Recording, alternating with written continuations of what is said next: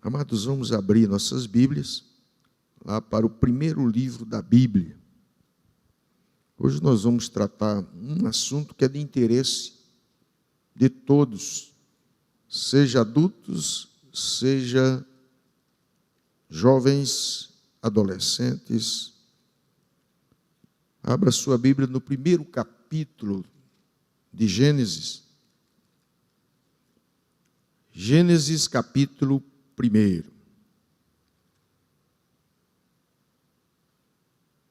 E nós vamos ler os versículos 26 a 31.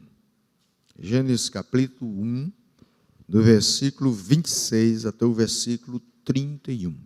E vamos fazer a leitura novamente a uma só voz, para todo mundo participar. Gênesis capítulo 1, de 26 a 31.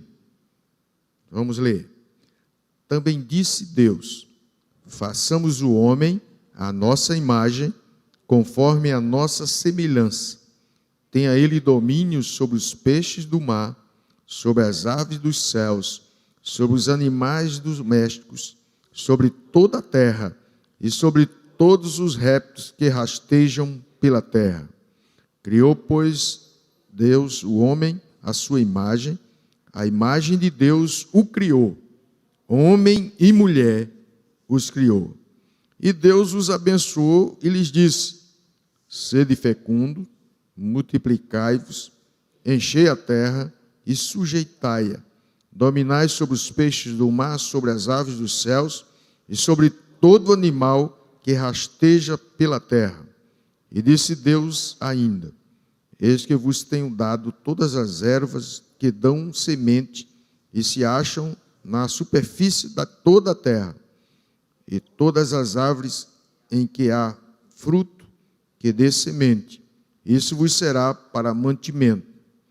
E todos os animais da terra, e a todas as aves dos céus, e a todos os répteis da terra, em que há fôlego de vida, toda a erva verde lhe será para mantimento. E assim se fez. Viu Deus tudo quanto fizera, e eis que era muito bom.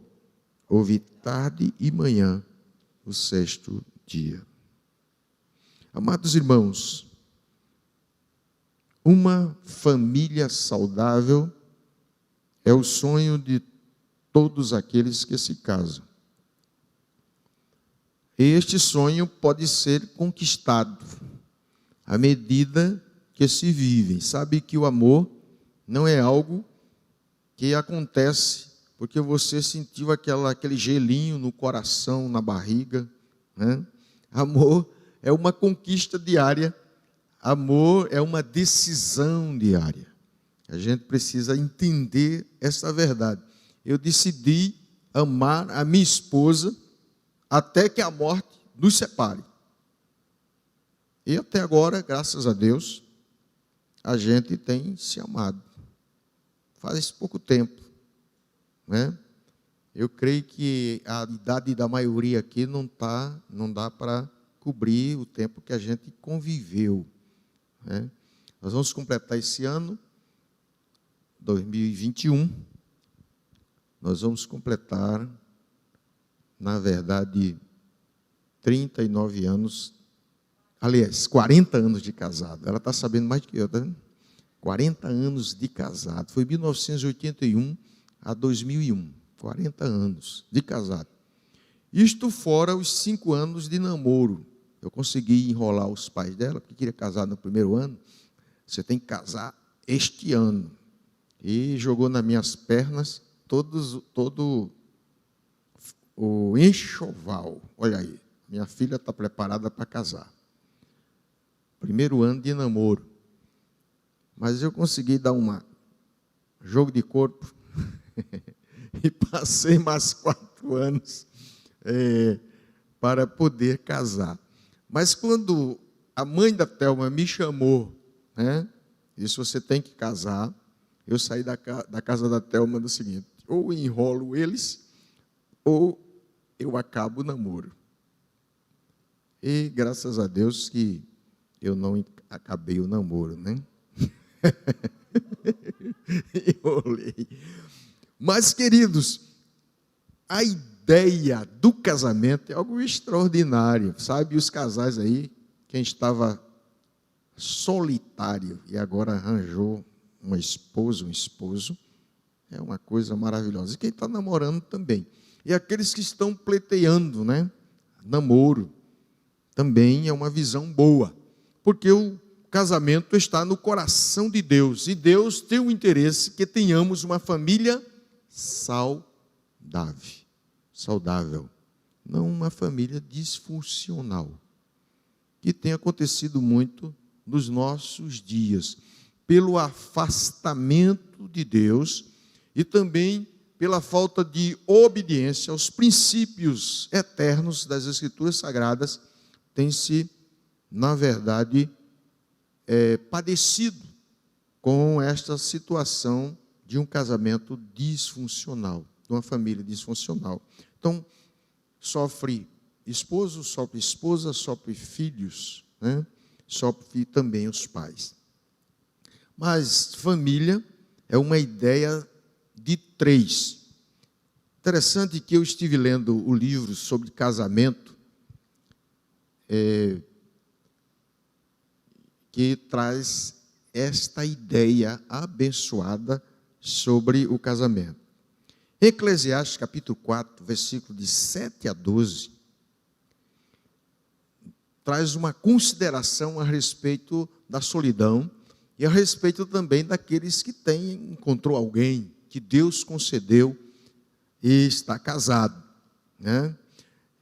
Nós podemos ver aí no versículo 7 de Eclesiastes: então considerei outra vaidade debaixo do sol, isto é, um homem sem ninguém, não tem filho nem irmã, contudo não cessa de trabalhar, e seus olhos não se fartam de riquezas.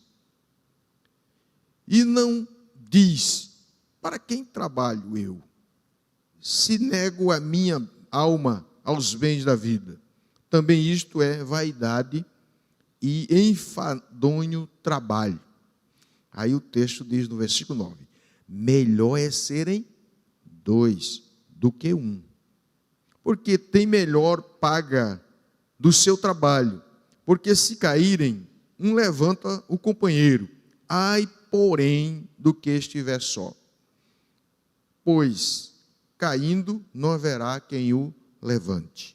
Também se dois dormirem juntos, eles se aquentarão, mas um só, como se aquentará? Se alguém quiser prevalecer contra um, os dois lhes resistirão. O cordel de 3 dobras não se rebenta com facilidade. Eu acho interessante esta verdade a respeito do cordel de 3 dobras. No princípio, entendemos que o casamento foi preparado com um fim proveitoso: resolver o problema da solidão. Não tem coisa pior do que a solidão. Eu vivia solitário lá em Campina Grande, mas estava caçando, procurando alguém, né? E Deus me deu a Thelma. Interessante que isto é maravilhoso. Em Gênesis 2,18 diz assim: não é bom que o homem esteja só. Portanto, aqueles que estão só aqui, homem e mulher, procure orar: Senhor, tem misericórdia de mim. E não chegue àquela situação de dizer: os que vêm a mim de maneira nenhuma lançarei fora. Então, pelo menos você ora para Deus trazer para você a bênção de alguém que vai preencher o seu vazio e que vai deixar você abençoado, né? A não ser que você optou por aquela sugestão que deu Jesus em Mateus 19, que são aqueles que resolveram ficar solteiro para sempre, né? Aí o celibatário, né, é algo que é uma opção diante de Deus. Mas se no seu coração há uma questão de pecado, está se abrasando por aí, então o conselho é: case, se case, busque alguém, ore ao Senhor e Deus vai lhe dar. O estudando o livro Uma Família Saudável, o prazer de prosseguir juntos, de Marcos e Rosália Quaresma, Marcos e Rosália Quaresma estiveram aqui, num dos nossos trabalhos. Encontramos a abordagem sobre a família partindo do primeiro relato bíblico. Qual o primeiro relato bíblico acerca da família? E nós acabamos de ler Gênesis capítulo 1, que é exatamente o primeiro relato. No texto lido está escrito as primeiras ideias bíblicas sobre família. Segundo o que dizem os escritores, neste vamos seguir os seus raciocínios, os passos para uma família saudável. Para facilitar o nosso entendimento, nesse primeiro capítulo, os autores denominam a família uma ideia de 3. É o cordão de 3 dobras. Mas uma ideia de 3, a gente não fica na questão humana, fica na questão de quem criou a família. Quem criou a família? Você sabe quem criou a família? Foi Deus, né? Mas onde está classificado também neste livro as categorias, nessa primeira ideia bíblica de família, da seguinte forma: a família é companheira, a família é heterossexual, a família é abençoada e a família é parceira. Então nós vamos abordar essa classificação feita pelos autores para entendermos melhor a ideia principal de Deus sobre a família. Então vamos primeira classificação, família, uma família companheira. Os versículos 27 e 28, aliás, 26 e 27 diz: também disse Deus, façamos o homem a nossa imagem, conforme a nossa semelhança, tem ele domínio sobre os peixes do mar, sobre as aves dos céus, e sobre os animais domésticos, sobre toda a terra e sobre todos os répteis que rastejam pela terra. Versículo 27, criou Deus, pois o homem, a sua imagem, a imagem de Deus o criou, homem e mulher os criou. No texto nós encontramos as expressões, façamos a nossa imagem conforme a nossa semelhança. Homem e mulher os criou. Estas expressões, elas revelam que houve um companheirismo na criação do homem. A Trindade se reuniu. É a primeira vez que aparece, alguns dos estudiosos dizem, que aparece nas Escrituras uma relação acerca da Trindade, uma revelação, acerca da Trindade. A Trindade estava presente na criação e na formação do homem e da mulher, e também na criação do lar. Então, esta ideia de que o Pai, o Filho e o Espírito Santo, que são companheiros inseparáveis, de igual natureza, eles resolveram formar a família. Foi ideia de Deus.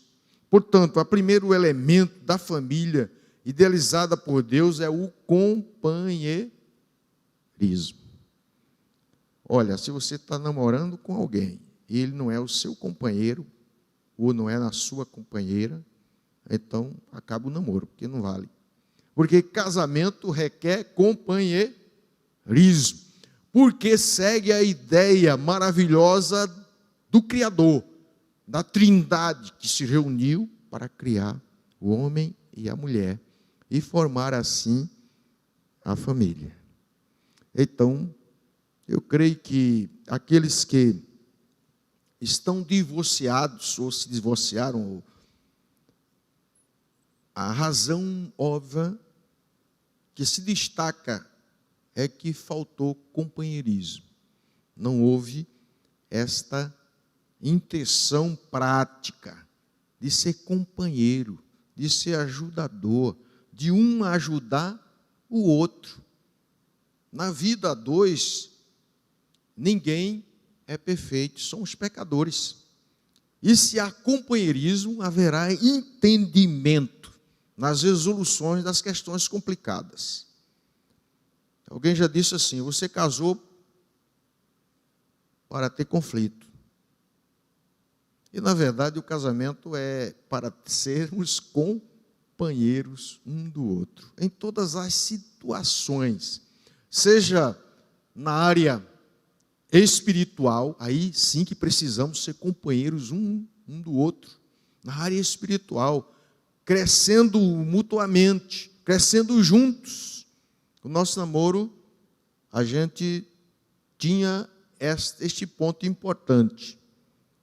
A gente fazia o nosso culto no namoro. E era maravilhoso, né? Às vezes a Thelma dizia: ele só quer Deus. Já imagine só, se eu desse o microfone para ela dar o testemunho aqui, ela disse: como é que eu vou viver com Jeremias? Ele só quer estar nas vigílias, só quer estar orando. O que é que eu vou fazer? Eu vou ficar sozinha em casa. Então havia uma preocupação. Mas Deus nos dava a orientação de que nós iríamos conviver em termos de companheirismo. Então, na questão espiritual, mas também na questão de crescimento intelectual. O casal tem que trabalhar essa verdade.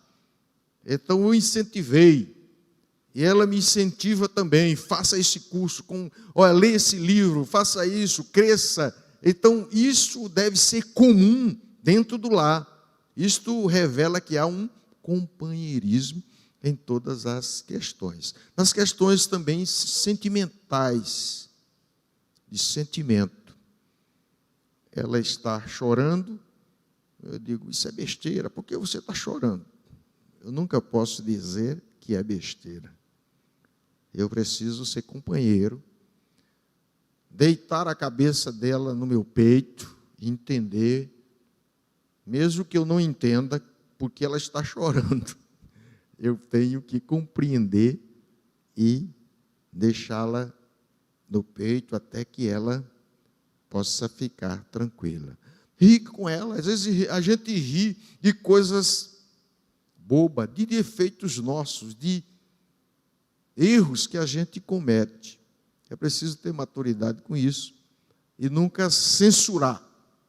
Então, o companheirismo é algo extraordinariamente necessário, e a gente tem que pensar nesse primeiro princípio que trouxe a família à luz, que é o companheirismo da Trindade. Façamos o homem a nossa imagem, a nossa semelhança. Então, havia, na verdade, um companheirismo na criação da família. O primeiro elemento é companheirismo, inicia com a relação do casal, que contagia a família. Veja bem, se não houver companheirismo no casal, quando os filhos forem gerados, se torna disfuncional.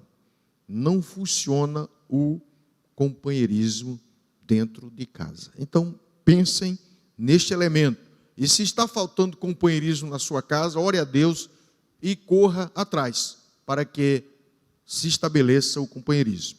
A segunda classificação é uma família heterossexual. Conforme a Bíblia, a base da formação da família é um homem e uma mulher. O texto no versículo 17, aliás, no versículo 27, está dizendo: criou Deus, pois o homem, a sua imagem, a imagem de Deus o criou. Homem e mulher o criou.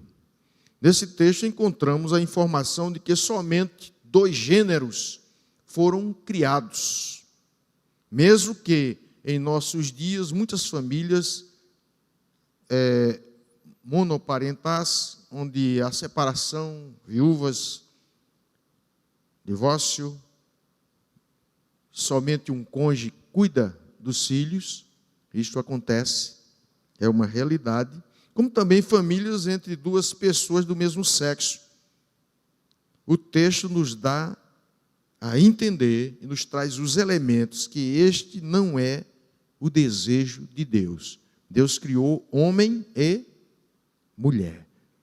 Saberemos que por causa do mundo se desviar completamente da palavra de Deus, daquilo que Deus orienta, então foi criado todas estas situações que são, na verdade, disfuncionais, que estão sendo reais na nossa história, mas não é esta a vontade de Deus para a família.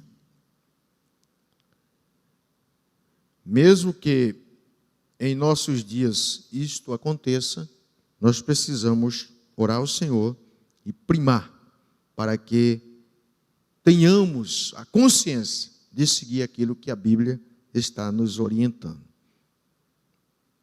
O seu projeto é a família no relacionamento sadio entre um homem e uma mulher.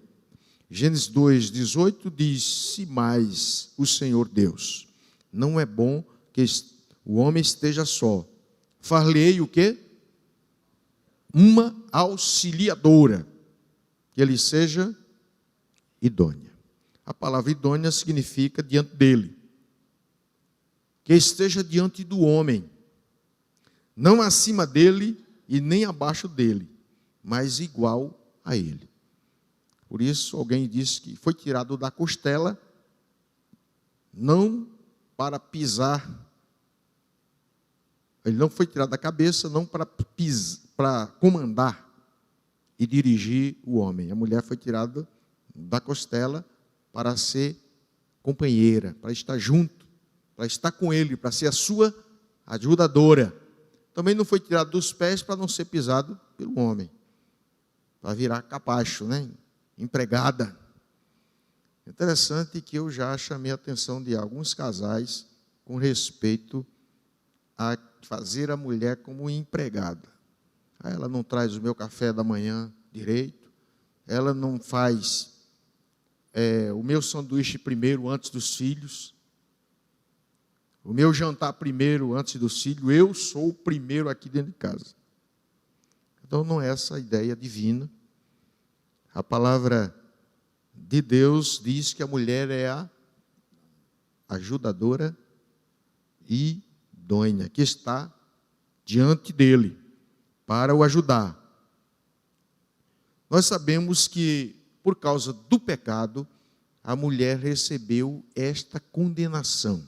Veja aí, Gênesis 3,16. Vamos ler lá. Gênesis 3,16 está dizendo aí.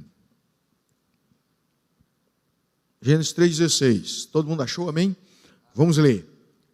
E a mulher disse: multiplicarei sobremodo os sofrimentos da tua gravidez, e em meio de dores darás à luz filhos. O teu desejo será para o teu marido, e ele te governará. Então isso aconteceu quando o pecado chegou na vida da humanidade. Mas Jesus veio para acabar com isso. Jesus veio para que o relacionamento no lar seja identificado entre Cristo e a igreja. Então, o nosso padrão não é que a mulher será, na verdade, governada. A ideia é que, por causa do amor do marido, ela se submete ao papel de ajudadora idônea. Ela continua sempre diante dele, Então, queridos, a família deve ser baseada numa relação de pessoas iguais, mesmo que possua gêneros diferentes. Precisamos apoiar e amar, é claro, aquelas famílias que são monoparental ou do mesmo gênero, tentando levar a verdade de Cristo para que cada vez mais seja ajustado naquele princípio primário de que a família foi formada com um propósito que Deus quer que sejamos iguais no tratamento e em respeito ao amor, os papéis sejam vivenciados no seu cotidiano. Mas é importante ressaltar que a forma bíblica de estruturação da família é heterossexual. Então, nós não vamos encontrar, pelo contrário, há uma condenação se foge desse princípio heterossexual. A terceira classificação é uma família abençoada. Depois de criar o homem à sua imagem e semelhança, Deus os abençoou. E eu queria destacar uma coisa muito importante aqui, certo? E chamar a atenção de todos, que o livro, eu achei extraordinário isso, é que os maridos e as mulheres têm os seus papéis, há uma responsabilidade no homem, e também na mulher, mas ambos são abençoados por Deus, de forma igual. De forma igual. Então preste atenção a isso. O texto diz no versículo 28 que Deus os abençoou. Não está escrito, e Deus abençoou somente o homem, para que o homem abençoasse a mulher. Deus os abençoou os dois. Nem o homem nem a mulher, individualmente, são proprietários exclusivos da bênção de Deus. Ah, se meu marido não me abençoar, eu não sou abençoado. É claro que quanto mais bênção, melhor, né? Alguém já disse o seguinte, que praga de urubu não pega no boi gordo, certo? Então você é considerado como boi gordo. Ainda que Satanás diga muita coisa, você não precisa, mulher, do seu marido para ser abençoado.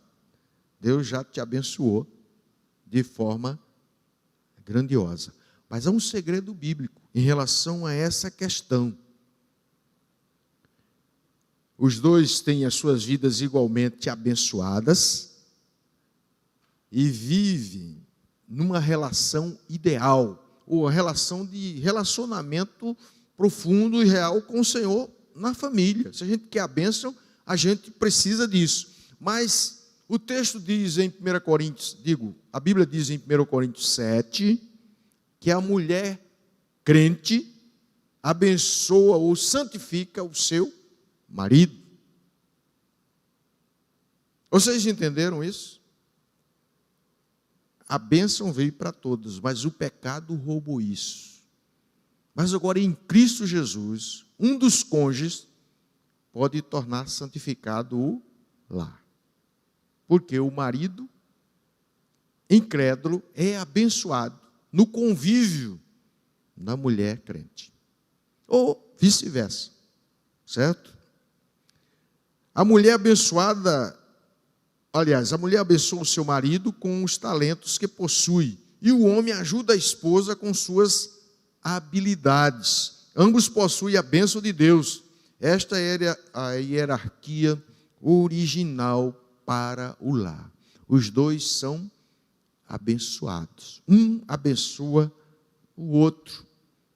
Aí você pensa também, a gente vai orar um pelo outro? Sim, vamos orar um pelo outro. Mas quando fala da bênção, irmãos, fala da cooperação no lar.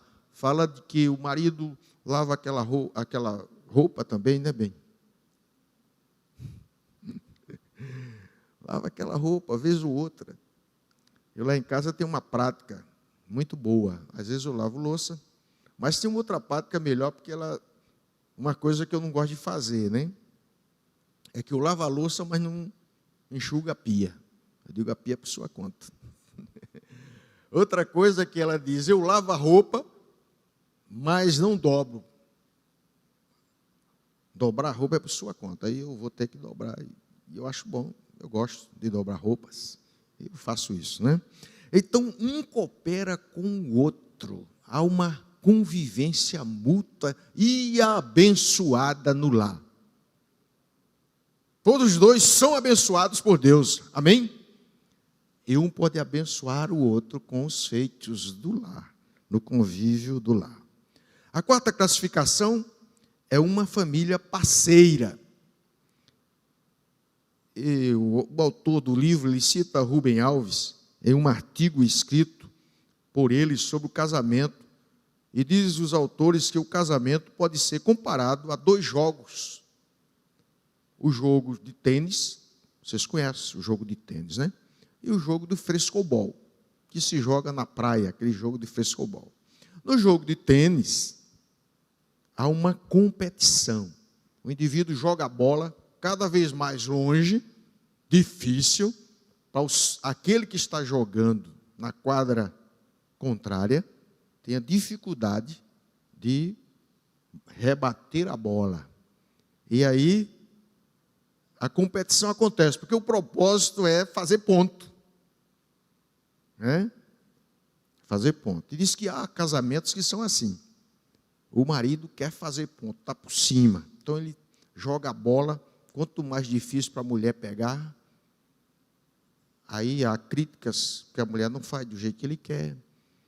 Do outro lado também a mulher também critica e gera as intrigas, as confusões, também a maneira de dizer eu estou lá por cima, eu sou melhor do que você. Este é aquele lar comparado ao jogo de tênis, certo? Estou competindo, eu quero é fazer ponto em cima de você e lhe humilhar cada vez mais. Esse é o propósito. Né? Mas o jogo de frescobol é diferente. O lar que é baseado no jogo de frescobol é totalmente diferente. Porque o jogo de frescobol, o propósito é não deixar a bola cair. Os dois estão lutando com as suas habilidades para que a bola não caia jamais. Quanto mais tempo demorar a bola cair, melhor para o jogo. Não há competição. Há o incentivo de uma habilidade para que a bola permaneça no ar. E quando a bola cai, ninguém critica um outro, porque não há ponto, não há competição. Se pega a bola e continua o jogo. Então, lá, comparado ao jogo de frescobol, é maravilhoso. Os dois se esforçam, os dois buscam a habilidade para que o lar se mantenha funcional e jamais disfuncional. Então, nós temos esta verdade para dizer: não permita que o seu lar viva uma competição. Ah, eu sou melhor nisso. Então, se você é melhor nisso, ajuda a sua esposa a melhorar um pouco.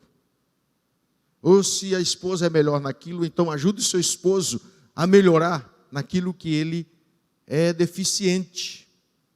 Estão os dois perante um ou outro, para crescerem juntos.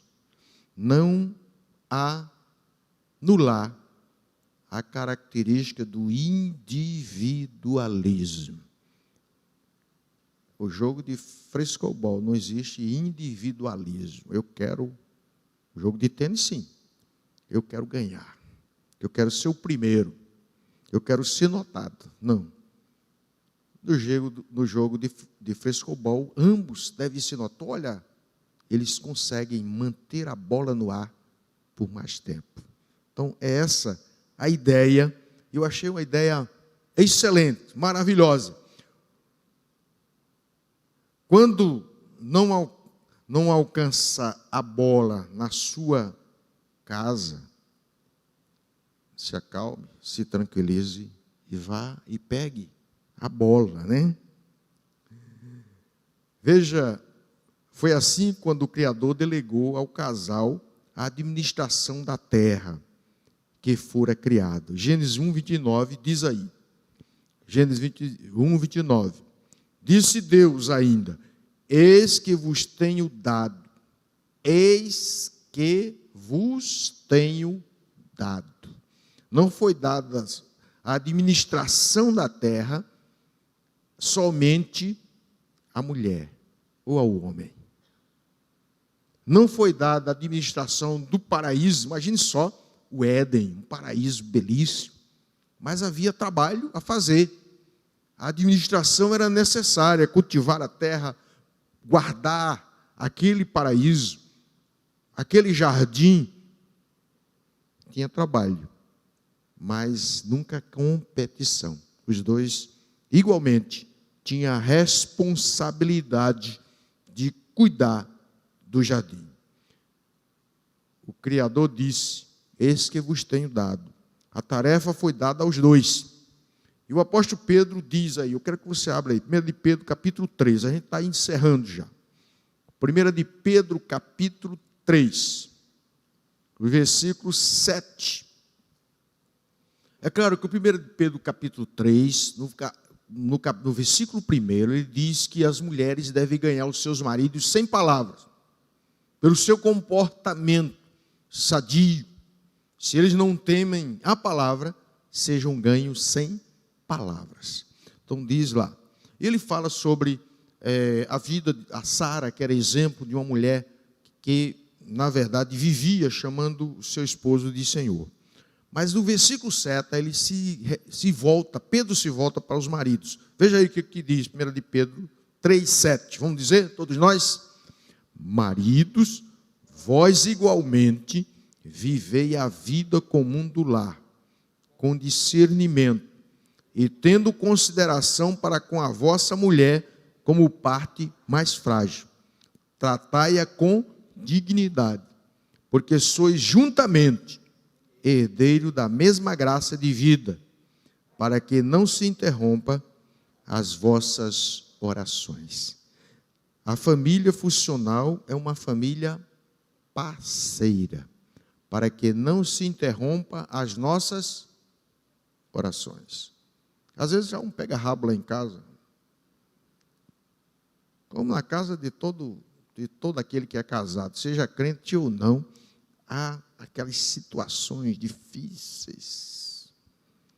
Mas eu louvo a Deus, porque o coração da minha mulher é muito grande, ela me aguenta. E sempre que eu volto para pedir perdão, ela acena. Está perdoado. Queridos, às vezes não é pedir desculpa. Você tem que pedir perdão e confessar que pecou assim assado. É uma confissão. Você está perante o Senhor. Não, deixa para lá, isso aí é besteira. Não é besteira. Saiba que quando ferimos pessoas, as marcas ficam e elas se tornam às vezes doloridas num certo tempo. E elas podem supurar. Por isso o apóstolo, o escritor aos Hebreus, disse no capítulo 12, que tenhamos cuidado com a raiz de amargura, que brotando nos perturba, e por causa dela muitos podem ser contaminados, inclusive os filhos. Eu conheço um lar que o filho abominou o pai por causa de raiz de amargura. Vamos ver lá, Hebreus, estou já encerrando, Hebreus capítulo 12. O escritor aos Hebreus fala sobre este assunto. Eu creio que é capítulo 12 de Hebreus,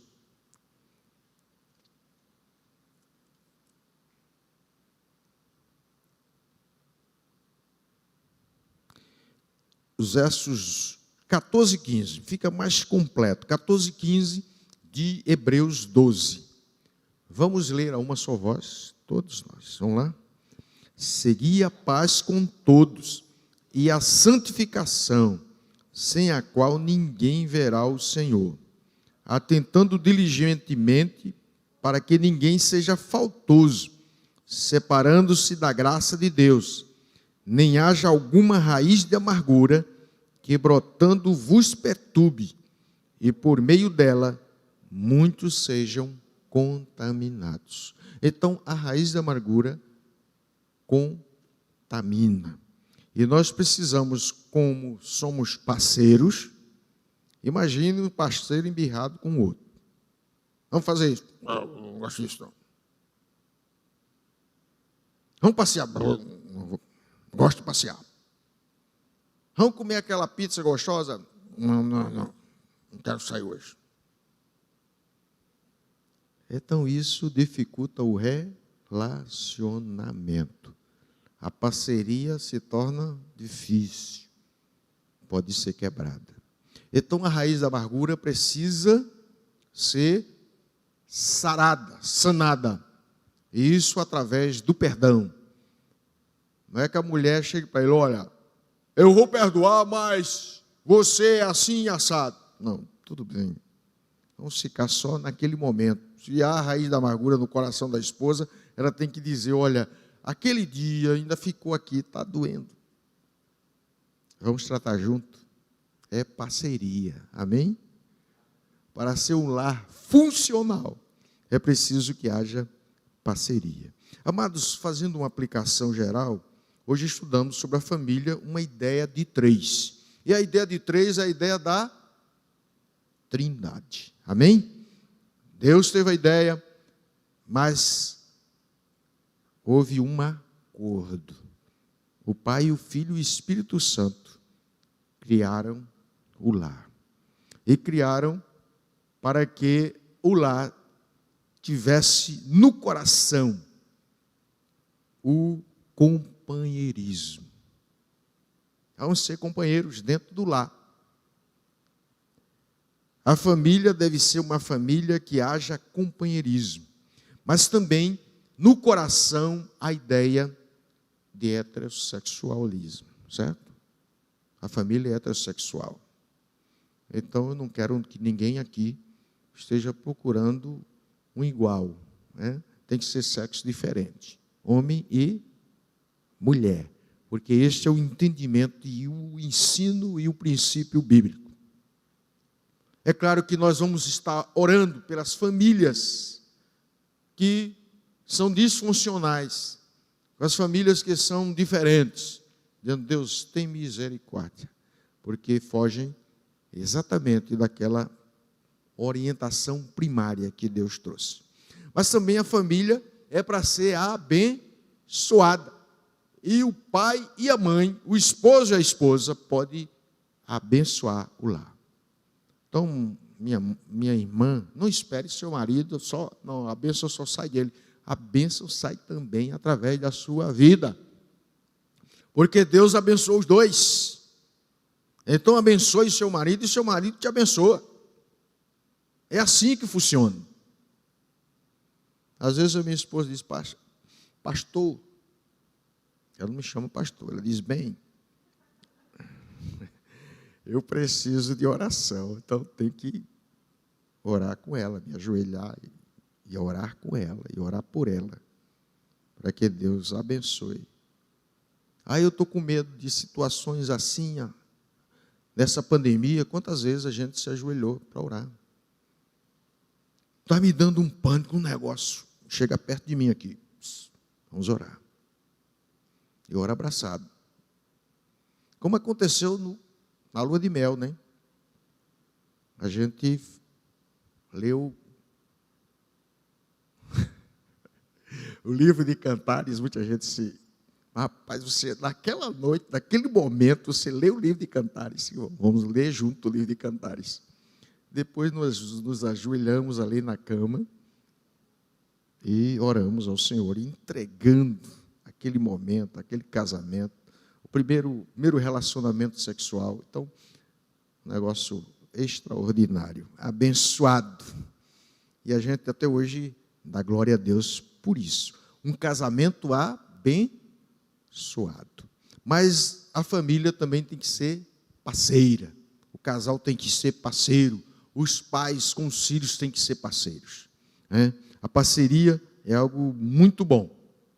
E Deus deseja que o casamento se torne bom.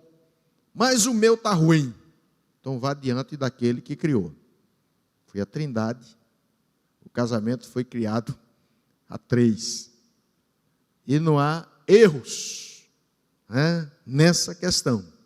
Por isso Deus disse, versículo 31, que foi que Deus disse? Viu Deus tudo quanto fizera e eis que era muito bom. Não era bom, era muito bom. Nota 10 para a criação do casamento. Então nós temos que nos alinhar à parceria e sermos uma bênção nas mãos do Senhor. Então que os nossos lares, sejam lares funcionais, que nos nossos lares haja um entendimento de que a família foi criada por 3 pessoas, o Pai, o Filho e o Espírito Santo.